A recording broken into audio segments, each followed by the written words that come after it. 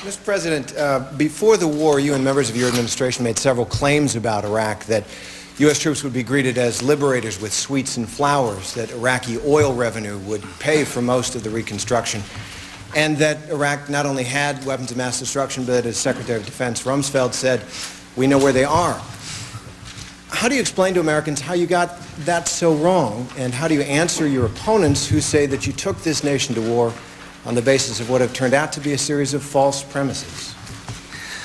Well, let me step back and review my thinking prior to going into Iraq.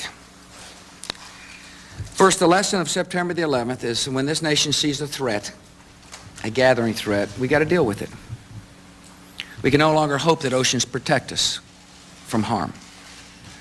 Every threat we must take seriously. Saddam Hussein was a threat. He was a threat because he had used weapons of mass destruction on his own people. He was a threat because he coddled terrorists. He was a threat because he funded suiciders. He was a threat to the region. He was a threat to the United States.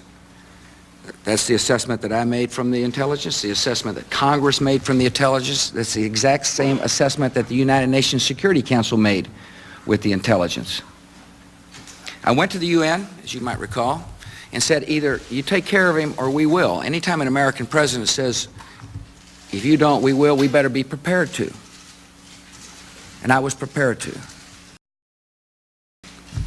And so we dealt with him. And what else part of the question? Oil revenues. Well, the oil revenues they're bigger than we thought they would be at this point in time. I mean, 1 year after the liberation of Iraq, the revenues, the oil stream is pretty darn significant. One of the things I was concerned about prior to going into Iraq was that the oil fields would be destroyed. But they weren't. They're now up and running, and that money is, it will benefit the Iraqi people. It's their oil, and they'll use it to reconstruct the country.